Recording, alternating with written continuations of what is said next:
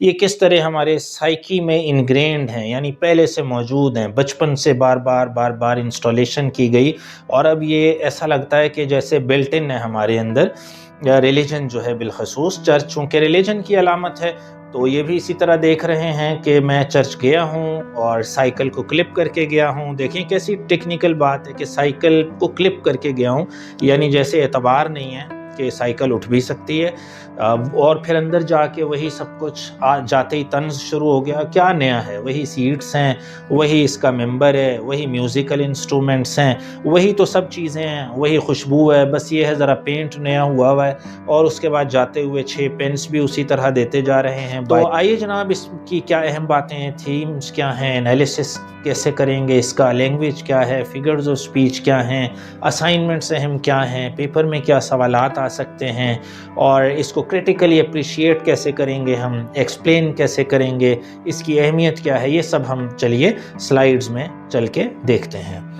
जी, आपको मालूम है poem church going by Philip Larkin's, an introduction to the themes and analysis of Philip Larkin's poem church going. तो church going का analysis आज हम देख रहे हैं और आइए जनाब हम अपनी पहली वर्केबल स्लाइड पर चलते हैं। Church going is one of Philip Larkin's most celebrated poems. यही चीजें आप पेपर में प्रोड्यूस करेंगे तो बेहतर तरीके से नंबर और आसानी से ले सकेंगे। पहली लाइन हमने देखी कि जी ये मोस्ट सेलिब्रेटेड पोएम्स में से एक है किसकी, और दूसरी बात एम्बिवेलेंट एटीट्यूड है, इसमें सेक्युलर भी लगता है और कभी कभी रिलीजियस भी लगता है। ये एम्बिवेलेंट है यानी कि इबहाम है, इसे खुद पता नहीं है कि चर्च जो है वो आइंदा जमानों में क्या किरदार अदा करेंगे। कभी लगता है कि इनका रोल कम हो रहा है और कभी लगता है कि ये हमेशा रहेंगे। इसे कहते हैं एम्बिवेलेंट एटीट्यूड। उसके बाद जैसे ही पोएट दाखिल होता है एक खाली चर्च में और देखता है कि फिजिकल चीजें मौजूद हैं, उसके अलावा स्पिरिचुअल और कल्चरल सिग्निफिकेंस पर गौर करता है कि हमारी सकाफत में, हमारे इर्द गिर्द और इस एज में, इस कॉन्टेक्स्ट में चर्चेस की क्या अहमियत है। तो आइए जनाब मजीद एक्सप्लोर करते हैं इस नज़्म को और इसकी समरी पे चलते हैं जहां से आप अपना क्वेश्चन यानी कि आंसर शुरू करेंगे। The speaker casually stops at a church during a bicycle ride. Formally नहीं आया कि जैसे फॉर्मल पूरा रोब्स वगैरह में तैयार होकर चर्च में नहीं आया, कैजुअली आया पहली बार। He enters the empty church out of habit. क्योंकि बचपन से हैबिट है, इसके पेरेंट्स चूंकि क्रिश्चियंस थे और उनकी तरबियत है तो ये हैबिचुअली आ गया है, नॉट डिवोशन। डिवोशन की वजह से नहीं, अकीदत की वजह से नहीं, हैबिट की वजह से आ गया है। तो एग्जामिन करता है वहाँ की फिजिकल डिटेल्स और स्पेस के इर्द गिर्द पेंट नया हुआ है, वहाँ मेंबर है, वहाँ म्यूजिकल इंस्ट्रूमेंट्स हैं, वहाँ बाइबल मौजूद है, फिजिकल डिटेल्स देखता है। Next, the speaker questions the future of churches in a secular world. Secular world में देखता है कि क्या अहमियत होगी। As a lingers in the church, जब वो चर्च में ठहरता ही wonders what will become of these spaces once religious beliefs fades away. अगर रिलीजियस बिलीफ्स, मजहबी अकायद फेड अवे होते हैं, खत्म होने लगते हैं, तो फिर क्या अहमियत रहेगी इस तरह की जगहों की।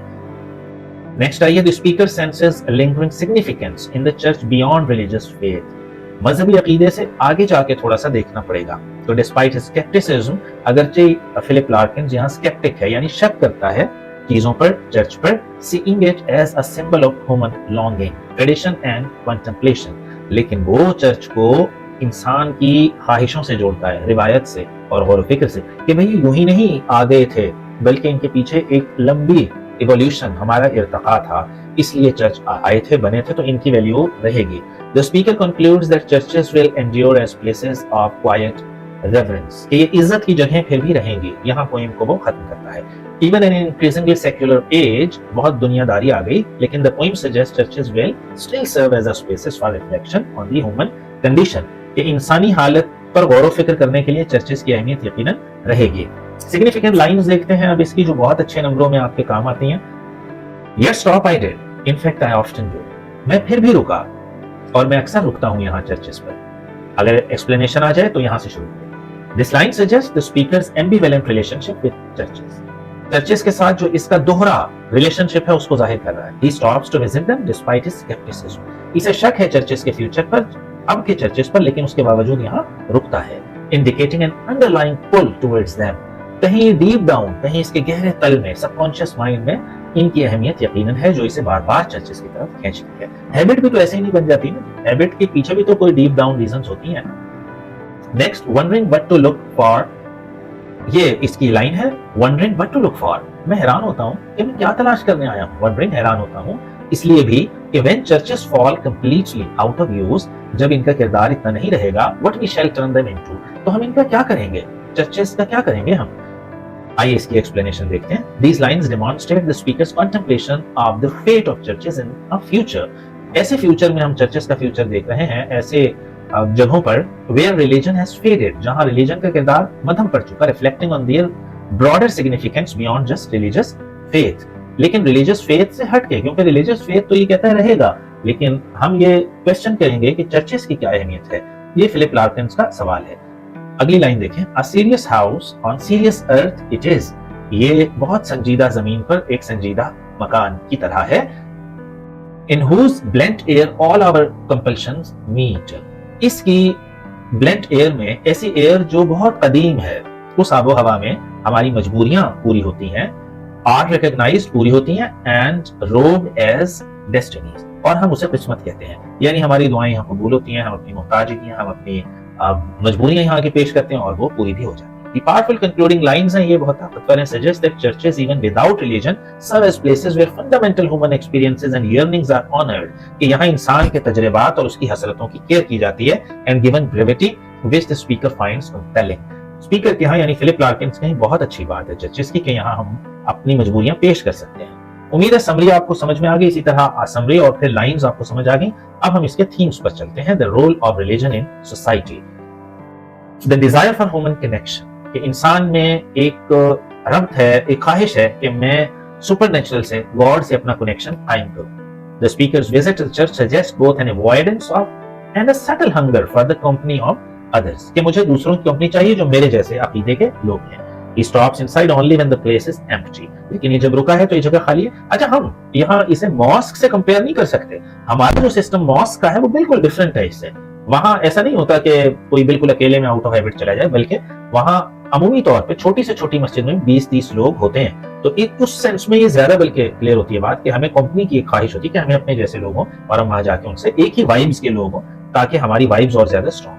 तो ही स्टॉप्स, तो ये कब जाता है? जब बिल्कुल खाली है। Yet his actions reveal a desire for community. तो ये है डिजायर फॉर कम्युनिटी, लेकिन वहां का मुख्तलिफ है। वो अब चर्चेस तो सिर्फ इतवार को, और वो भी बस जब जिसका दिल चाहे आ जाए। अब वो घंटियों वाला और उस पर भी कॉल करनी होती है। लेकिन हम इसे मॉस्क से, मैं बार बार कह रहा हूँ, उसे कंपेयर नहीं कर सकते। यहाँ तो 5 वक्त यानी हम जाते हैं और 5 वक्त जो है अल्हम्दुलिल्लाह लोग होते हैं मस्जिद में, तो हम उससे कंपेयर नहीं कर सकते। ये एक डिफाइनिंग लाइन आपने रखनी है ज़हन में। हम सिर्फ चर्चेस तक महदूद हैं इस पॉइंट में जो कुछ देख रहे हैं। Yet his actions reveal a desire for community, की से ख्वाहिश है कि यहाँ लोग हों, such as removing his cycle clips in awkward reverence. इज्जत अब भी बाकी है, बड़ी इज्जत से इसने साइकिल के क्लिप्स लगाए। पहले भी लगाता है, पार्क में जाने के लिए साइकिल के क्लिप्स, ब्रेक्स वगैरह लगा के जाता है, लॉक वगैरह, लेकिन अब जब चूंकि जहन में है चर्च, तो बड़ी बाइज्जत तरीके से लगाए हैं। And donating a small coin to the church, और चर्च को ये 6 पेंस भी डोनेट करता है, यानी इसके दिल में अब भी चर्चेस की वैल्यूज मौजूद है। इसमें मौजूद एनालिसिस अब हम शुरू कर रहे हैं, यानी इसका आखिरी हिस्सा पोएम का। तो इसमें इमेजरी और सिंबोलिज्म एनालिसिस में सबसे पहले देखते हैं, वो इसमें बहुत अहम है। देखिए ये सिंबल्स हैं, इसमें लेक्टर्न है, वो जो डेस कह लें इसे, डाइस जिसे आप बोलते हैं, लेकिन सही लफ्ज डेस है। जैसे क्लासरूम में भी डेस होता है, वो यहाँ भी होता है, तो वो यहाँ मौजूद है। और पल्पिट मेंबर मौजूद है। उससे पहले अच्छा हाँ एक सिंबल है साइकिल क्लिप्स का, वो देखते हैं। पहला सिंबल साइकिल क्लिप्स का। The speaker removes his cycle clips in awkward reverence, अजीबोगरीब इज्जत के साथ इसने ब्रेक्स लगाई। When entering the church, revealing a sense of discomfort and uncertainty in this sacred space as a non-believer, यानी ऐसा लगता है जैसे मैं कोई नॉन बिलीवर कि मैं यहाँ पर भी साइकिल पे क्लिप्स, ब्रेक्स लगा के, ताले लगा के, वायर लॉक लगा के जा रहा हूँ। तो ये एक सेंस ऑफ इनसिक्योरिटी है यहाँ आते हुए भी, यानी इसका डिस्कम्फर्ट है, थोड़ा सा डिसबिलीफ है इसका चर्च पर। दूसरा सिंबल है लेक्टर्न और पर। The speaker mounts the lectern and pronounces, lectern पे जाता है, स्टेज पे जाता है और वहां कुछ लाइंस जो है ये बाइबल की पढ़ता है। उसके बाद नेक्स्ट सिंबल है ब्रेस एंड स्टफ का। The speaker notes the brace and stuff है, कुछ यहाँ चीजें पड़ी हुई हैं जो चर्च में होती हैं। And the Holi end of the church, और इसका एक कोना highlighting the material trappings of religion is detached, almost dismissive manner में इसने कहा है कि ये चीजें ना भी हों तो चर्च की वैल्यू रहेगी। यानी ब्रेस एंड स्टफ से मुराद क्या ले रहा है कि यहाँ दुनियावी चीजें भी मौजूद हैं। उसके बाद नेक्स्ट आप imagery silence, the tense musty unignorable silence है यहाँ, ऐसी जिससे मुझे थोड़ी सी खौफजदा हो रहा है कि इतना ज्यादा यहाँ टेंस माहौल है, इतना साइलेंस है कि मैं इग्नोर नहीं कर सकता इस खामोशी को। तो वो इसको बहुत विविड सेंसरी डिटेल है, यानी एक चाहत है शोर की, क्योंकि सड़क से आया है ये, evoking a sense of solemnity and contemplation. लेकिन एक सेंस भी है कि ये जगह है कंटेम्पलेशन की, गौर व फिक्र की, साइलेंस की, और यहाँ हम आके मेडिटेशन कर सकते हैं। फिर एक सिंबल आया ग्रेवयार्ड का, the speaker consider that even after churches have fallen completely out of use, जब ये आउट ऑफ यूज हो जाएंगे तो पीपल में still visit them to ponder mortality, फिर भी अपनी मौत के बारे में सोचने यहाँ जरूर आया करेंगे जब ये चर्चेस मादूम हो जाएंगे, drawn to graveyards that surround these serious spaces, तो इन सीरियस स्पेसेस में आया करेंगे कब्रिस्तान को याद करके, तो ये एक अहम सिंबल है। तो द स्केप्टिकल ऑब्जर्वर है इसका नेक्स्ट एनालिसिस के स्पीकर जो है वो बहुत स्केप्टिकल है, शक करता है हर चीज पर, लेकिन हिस्टोरिकल और कल्चरल कॉन्टेक्स्ट में अगर हम देखें तो decline of religion in post war Britain में 1945 के बाद जो डिक्लाइन आया रिलीजन का, उस पर यह पोएम बहुत अच्छा एक तंज है।